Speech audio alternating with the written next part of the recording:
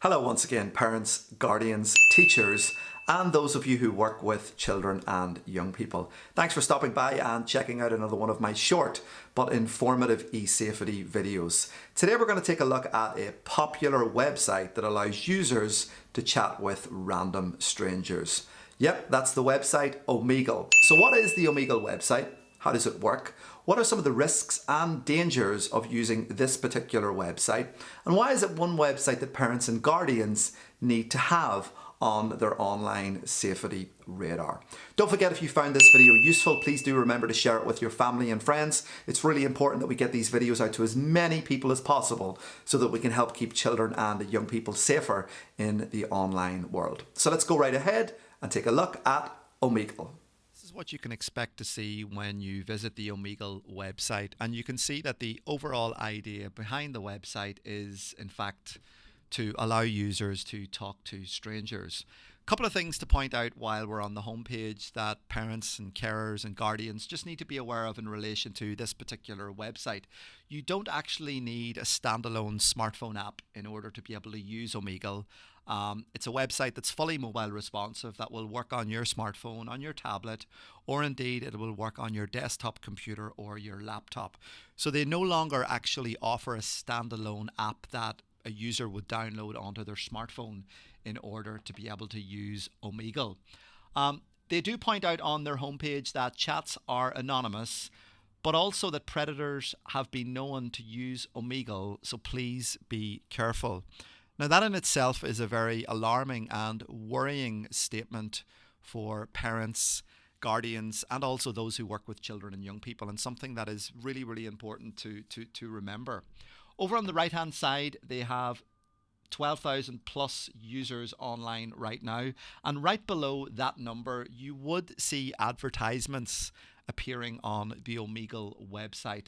They're not appearing on mine at the moment because I'm running an ad blocker, but if you weren't running an ad blocker, you would in fact see advertisements appearing on the right hand side of the Omegle website.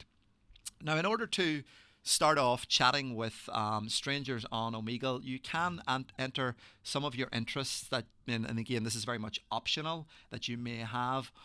Or indeed, you can go right ahead and start to chat on the Omegle platform. So let's take a look at how to launch the chat option, the text chat option on Omegle. So you can see right off the bat, Omegle has connected with a stranger. I've typed in a message. You will start to see now a little bit of interaction within Omegle. The stranger has said hello. I'm going to reply and say, how are you? And what we're trying to find out here, is this a real person or is this an automated or a bot process that's being run on Omegle? Now, the chat's probably going to disconnect now in a couple of moments. You can see that that person has shared their Kik username, and the chat request or the chat window has been disconnected, and I can no longer chat with that person. So that would show you that that is an automated or a bot process being run on Omegle. Now, if I go right ahead and I generate another one, let's just see what happens here. Omegle has connected me with a stranger. I'm just quickly typing in a message. And this is most likely another example of an automated process here on Omegle. And you can see that this time they haven't actually shared the Kik Messenger ID. They've in fact shared a number. Now, those are two examples of automated processes that are being run on Omegle, which are set up basically to instigate chat requests. And the idea behind it is to share a Kik Messenger ID, or indeed maybe a telephone number for that user to connect with. Now, that's not to say that there are not actual real individuals using Omegle. There are, and you will come across those as well. But these are automated processes which are being run, which have been set up by other Omegle users just to automate the process of trying to find as many people to chat with, or indeed share your Kik Messenger ID, or indeed your telephone number with as many people as possible. Now, if we navigate back to the Omegle homepage, you can see the second option is in fact to start a video chat. Now, The video chat works exactly the same as the previous example that we've just taken a look at from a text point of view, with one difference: you can see that person's webcam on the left hand side of the screen. Now, some of this is automated again, or bot accounts, but a lot of the times you will see individuals actually sharing their webcam live on Omegle. Now, there is a high chance or a high likelihood that you could come across, or you will come across, sexual behavior or sexual activity taking place on the live videos that you may end up being connected with, or indeed watching.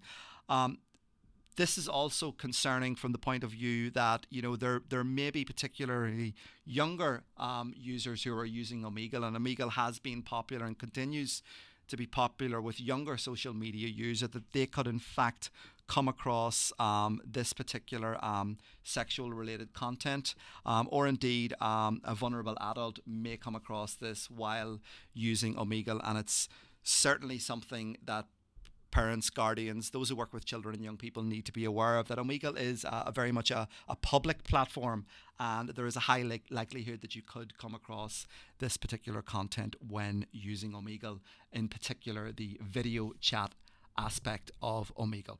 So that's a quick overview on how Omegle works. If you found this video useful, please do remember to share it with your family and friends.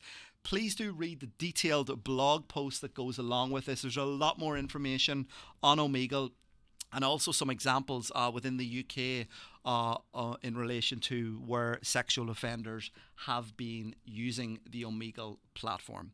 So that's Omegle, that's how it works, and that's some of the things that parents, carers and guardians need to be aware of.